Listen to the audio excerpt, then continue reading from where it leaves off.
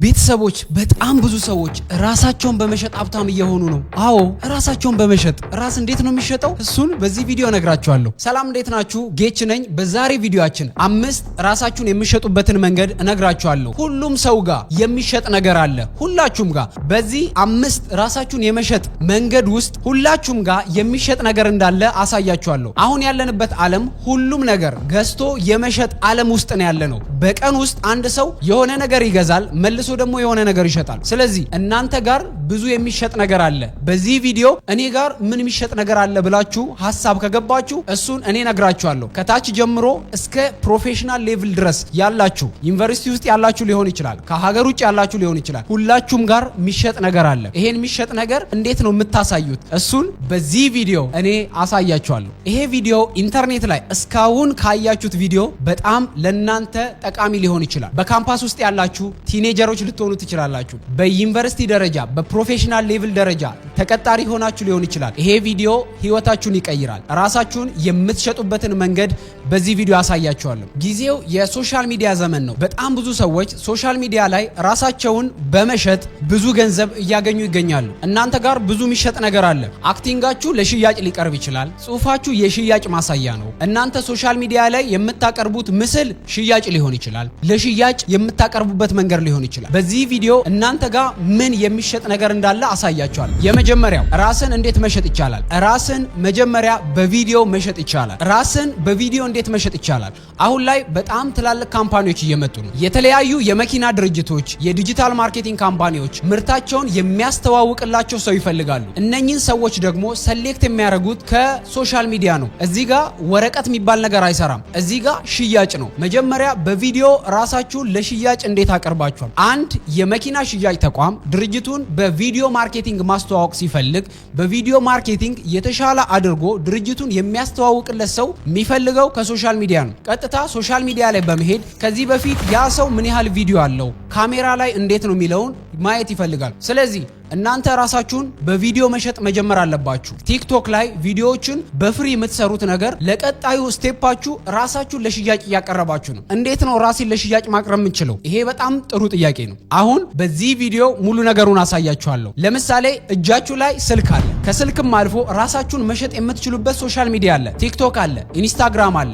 ስለዚህ ቲክቶክ ላይ እና ኢንስታግራም ላይ ራሴን እንዴት ነው የምሸጠው? በጣም ጥሩ ጥያቄ ነው። ልመልስላችሁ። አሁን እናንተ ማድረግ ያለባችሁ ምንድነው? ኮንተንት ሰሌክት ታረጋላችሁ። እናንተነታችሁን ሊያሳይ የሚችል ኮንተንት ማቅረብ ትጀምራላችሁ። ለምሳሌ ታሪኮችን ሊሆን ይችላል፣ ስለ ሕክምና ሊሆን ይችላል። እናንተ ስላላችሁበት ፊልድና እናንተ ኢንተረስትድ ስለሚሰጣችሁ ነገር ልታቀርቡ ትችላላችሁ። ያን ነገር ቲክቶክ ላይ ሪሰርች እያደረጋችሁ ማቅረብ ጀምሩ። ራሳችሁን ቲክቶክ ላይ ሪሰርች እያደረጋችሁ ስታቀርቡ እናንተነታችሁን ለሽያጭ እያቀረባችሁ ነው። እንዴት ነው ራሴን ሶሻል ሚዲያ ላይ ለሽያጭ ያቀረብኩት ልትሉ ትችላላችሁ። አንድ ካምፓኒ እናንተን ሲያያችሁ የንግግር ክህሎታችሁን ያያል። ስቶሪ ቴሊንጋችሁ እንዴት እንደሆነ ያያል። ካሜራ ላይ ያላችሁን ኮንፊደንስ ያያል። አንድ የመኪና ካምፓኒ የእናንተን ሶሻል ሚዲያ አይቶ ይሄን ሁሉ ነገር እንዳሟላችሁ ሲያቅ እናንተን ሰሌክት ለማድረግ ወረቀት አይጠይቃችሁ። እናንተነታችሁን ለሽያጭ ያቀርባችኋል። ስለዚህ ቲክቶክ ላይና የተለያዩ ሶሻል ሚዲያዎች ላይ ቪዲዮ ስትሰሩ እናንተነታችሁን እየሸጣችሁ ነው። ኮንፊደንሳችሁን እያሳያችሁ ነው። ካሜራ ላይ ያላችሁን ድፍረት እያሳያችሁ ነው። ስቶሪ ቴሊንጋችሁን እያሳያችሁ ነው። የንግግር ክህሎታችሁን እያሳያችሁ ነው። ሌላ ትላልቅ ድርጅቶች የእናንተን ሶሻል ሚዲያ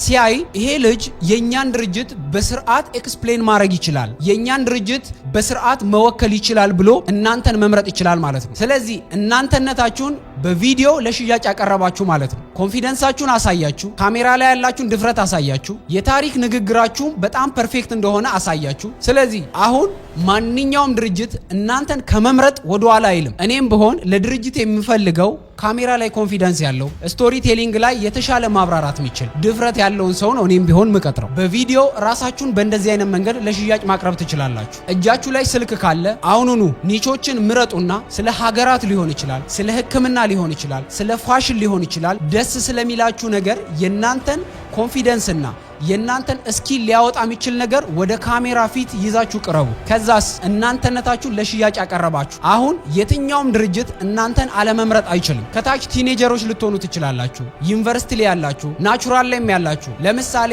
ስለ ኮምፒውተር ሳይንስ ሊሆን ይችላል፣ ስለ ሶፍትዌሮች ሊሆን ይችላል፣ ስለ አርኪቴክቸር ሊሆን ይችላል። ኑና አውሩ፣ ኤክስፕሌን አድርጉ። ስታቀርቡ ያቀራረብ ሂደታችሁን ከቀን ወደ ቀን ማሻሻል ጀምሩ። ኮሚኒቲ ትገነባላችሁ፣ ኮንፊደንሳችሁን ታሻሽላላችሁ። በተዘዋዋሪ ራሳችሁን በቪዲዮ ለሽያጭ ያቀርባችኋል። አሁን ማንም ሰው እናንተን ሰሌክት ማድረግ ይጀምራል። ቀጣዩ ደግሞ በምስል መታየት አልፈልግም ለምትሉ ሰዎች ሁለተኛው ድምጻችሁ ለሽያጭ መቅረብ ይችላል። ይሄም ቮይስ ኦቨር ይባላል። ዩቲዩብ ላይ ብዙ በድምጽ ታሪኮችን ሊሆን ይችላል፣ ስቶሪዎችን ሊሆን ይችላል፣ በማንበብ የሚታወቁ ዜናዎችን ሊሆን ይችላል። እነኚህ ሰዎች ከተለያዩ ሶሻል ሚዲያዎች ላይ ራሳቸውን ለሽያጭ ካቀረቡ በኋላ ሰሌክት የተደረጉ ሰዎች ናቸው። ስለዚህ በምስል መታየት ማትፈልጉ ሰዎች ድምጻችሁን ለሽያጭ አቅርቡት።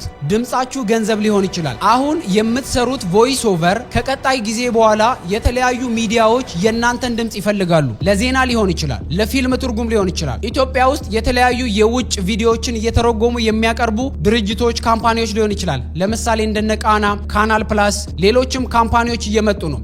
እነኚህ ካምፓኒዎች ከዚህ በፊት የተሰሩ ፋይሎችን ይፈልጋሉ። ስለዚህ ድምጻችሁን ይዛችሁ ስትሄዱ አሁንም እነኚህ ሰዎች የሚፈልጉት ወረቀት አይደለም፣ ከዚህ በፊት የሰራችሁትን ስራ ነው የሚያዩት። ከዚህ በፊት የሰራችሁት ስራ ቲክቶክ ላይ ወይም ሶሻል ሚዲያ ላይ ካለ ወዲያው ነው ሰሌክት የምትደረጉት። ስለዚህ ድምጻችሁን ለሽያጭ ያቀረባችሁ ማለት አይደለም። በእንደዚህ አይነት መንገድ ድምጻችሁን አሁኑኑ ለሽያጭ ማቅረብ ትችላላችሁ። ሶስተኛው ደግሞ ራሳችሁን በጽሁፍ ማቅረብ ትችላላችሁ። ሶሻል ሚዲያ ላይ ፎቶ ብቻ ፖስት አታርጉ። ከላይ የሆነ ነገር መጻፍ መጀመር አለባችሁ። በየቀኑ የቀን ውሏችሁን ለምሳሌ ሊንክድኢን ላይ እና ሌሎች ሶሻል ሚዲያዎች ላይ ብዙ ሰዎች ወንዶችም ሴቶችም ብዙ ጊዜ አያለው የቀን ውሏቸውን ይፖስታሉ። በዚህ ሳምንት ያጋጠማቸውን ነገር ፖስት ያደርጋሉ። ይሄንን ነገር ለምንድን ነው ፖስት የሚያደርጉት? በተዘዋዋሪ በእጅ ጽሁፋቸው ምክንያት ራሳቸውን ለሽያጭ እያቀረቡ ነው። ምን ሚል ሽያጭ አለው በውስጡ? እኔ መጻፍ እችላለሁ፣ ኮፒራይቲንግ እችላለሁ፣ ስክሪፕት መጻፍ እችላለሁ እያሉ ነው። ሶሻል ሚዲያ ላይ በየቀኑ ጽሁፎችን ፖስት የምታደርጉ ከሆነ የተለያዩ ስክሪፕቶችን በየቀኑ የተረዳችሁትን አረዳድ በእንግሊዘኛ የተጻፉ ጽሁፎችን በአማርኛ የተረጎማችሁ አፕሎድ ስታደርጉ ምንድነው ይሄ? ስክሪፕት ራይቲንግ። ስለዚህ ጽሁፋችሁ ሽያጭ ሊሆን ይችላል። ራሳችሁን በሶስተኛው መንገድ ጽሁፋችሁን ለሽያጭ ማቅረብ ትችላላችሁ። አራተኛው ስኪል ነው። ራሳችሁን በስኪል ለሽያጭ ማቅረብ ትችላላችሁ። ለምሳሌ ቪዲዮ ኤዲቲንግ ሊሆን ይችላል፣ ግራፊክስ ዲዛይን ሊሆን ይችላል፣ የተለያዩ የሶፍትዌር ፕሮጀክቶች ሊሆን ይችላሉ። ራሳችሁን የሚገልጽ ስኪል ማሳየት መቻል አለባችሁ። እዚህ ጋም አሁን ላይ ወረቀት አይሰራም። እኔ ጋር ቪዲዮ ኤዲቲንግ ለመቀጠር ብትመጡ ወረቀታችሁ አይጠቅመኝም።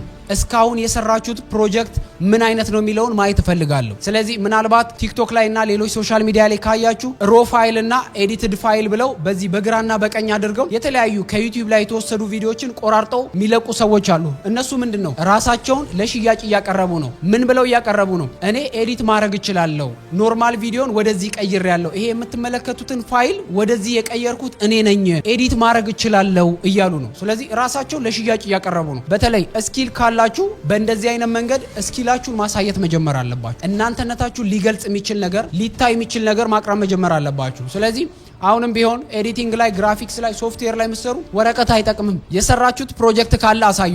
እኔ ከመመረቄ በፊት ኢንተርኔት ፕሮግራሚንግ ስንማል የሲኤስኤስ የጃቫ ስክሪፕት እና የፒኤችፒ ፕሮጀክቶችን በአንድ ፎልደር ያስቀመጥኩት ነበረ። ከካምፓስ ከወጣን በኋላ ወረቀቴ እንደማይጠቅም አውቃለሁ። ቢኮዝ ኦፍ እኔ የማሳየው ፕሮጀክት ምን አይነት ነው። ኢንተርኔት ፕሮግራሚንግ ማለት ፕሮግራሚንግ ስንማር ሲኤስኤስ፣ ጃቫ ስክሪፕት፣ ፒኤችፒ እነኚህን ፕሮጀክቶች ደግሜ እየሰራው በፎልደር አስቀምጣቸው ነበር። እኔነቴን ሊገልጹ የሚችሉ የሰራዋቸው ፕሮጀክቶች ናቸው። አርዲኖ ፕሮጀክቶች ነበሩ፣ የመልቲዝም ፕሮጀክቶች ነበሩ። እናንተ ሊገጻችሁ የሚችል አሁንም ቢሆን ካምፓስ ላይ ያላችሁ እየተማራችሁ ያላችሁ ሰዎች ካላችሁ ከወጣችሁ በኋላ ወረቀታችሁ አይጠቅም። ቢያንስ ስኪላችሁን ሊያሳይ የሚችል በተለይ ደግሞ በፕሮጀክት ሌቭል በኮምፒውተር ሳይንስ፣ ሶፍትዌር ኢንጂነሪንግ፣ ሌሎችም የኢንጂነሪንግ ፊልድ ካላችሁ ፕሮጀክቶችን በደንብ ለመስራት ሞክሩ። የሚታዩ ፊዚካል ወርልድ ላይ ሊታዩ የሚችሉ ፕሮጀክቶችን በደንብ ሰብስቡ። ይሄን ነገር ሰርቼ ነበር የሚለውን ለማሳየት ማለት ነው።